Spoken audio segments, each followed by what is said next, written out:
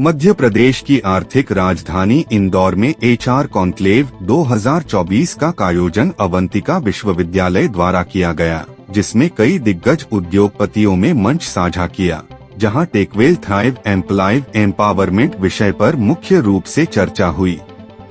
इस आयोजन में विभिन्न उद्योगों के प्रतिष्ठित विशेषज्ञों और मानव संसाधन पेशवारों ने भाग लिया और मंच के माध्यम से अपने अनुभव साझा किए। सम्मेलन का उद्घाटन मुख्य अतिथि रहे डॉक्टर पवन कुमार सिंह, डायरेक्टर IIM तिरुचिरापल्ली ने किया।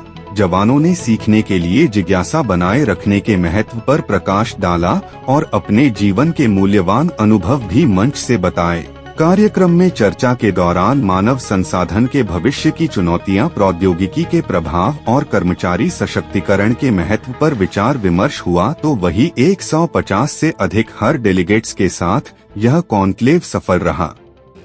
मैं विजय जैन HR कंसल्टेंट हूँ और जो है आज अवंतिका यूनिवर्सिटी द्वारा आयोजित HR कॉन्क्लेव में सम्मिलित हुआ हूँ। यहाँ पे अलग अलग इंडस्ट्रीज़ के जो है एक्सपर्ट्स है, एकेडमिशियंस है, थॉट लीडर्स है, वो सब इकट्ठे हुए हैं और वो अपनी जो एक्सपर्टाइज़ है और जो इस इंडस्ट्री में जो पर्टिनेंट इश्यूज़ है उसके ऊपर मतलब अपना प्रकाश डालेंगे, जिससे कि क्या है जो स्टूडेंट्स है या जो और दूसरे लोग हैं उसका बेनिफिट मिल सके। सॉल्यूशन के साथ उसके सॉल्यूशंस क्या हो सकते हैं, मतलब जो प्रॉब्लम्स है उनके सॉल्यूशन क्या हो सकते हैं, उसके ऊपर भी ये आज डिस्कशन होगा।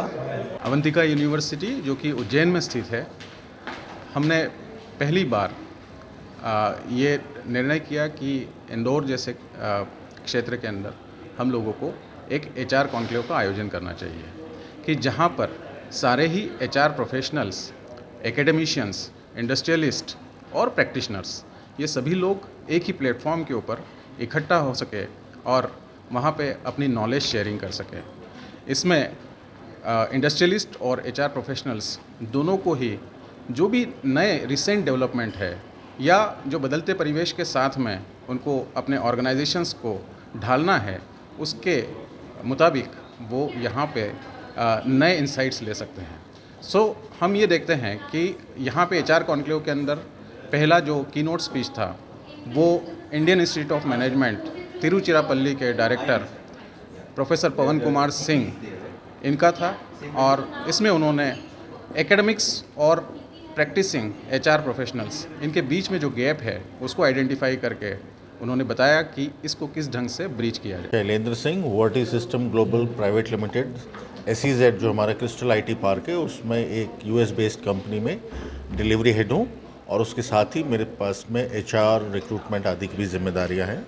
इस HR कॉन्क्लेव में मुझे इस वनस्पति इस वास्ते बुलवाया गया है कि मैं टेक्नोलॉजी का जो इम्पैक्ट होने वाला है HR फील्ड में उस पर बात कर सकूं। मैं हूं director Jawaharlal institute of technology and management, Borawa, Khargone से।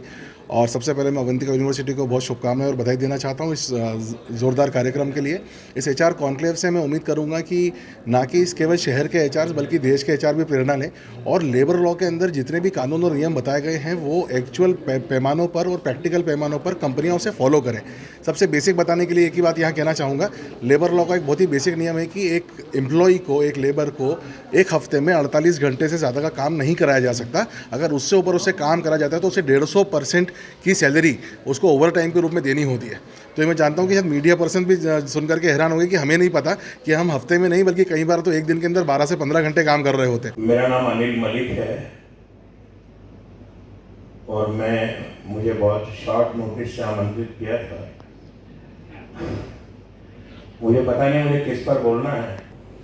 आप सब सुनिए, जो भी आपके सवाल हैं आप गिरीश जी से करिए, कोशिश करेंगे हम लोग मिलकर आपको जवाब देने के लिए।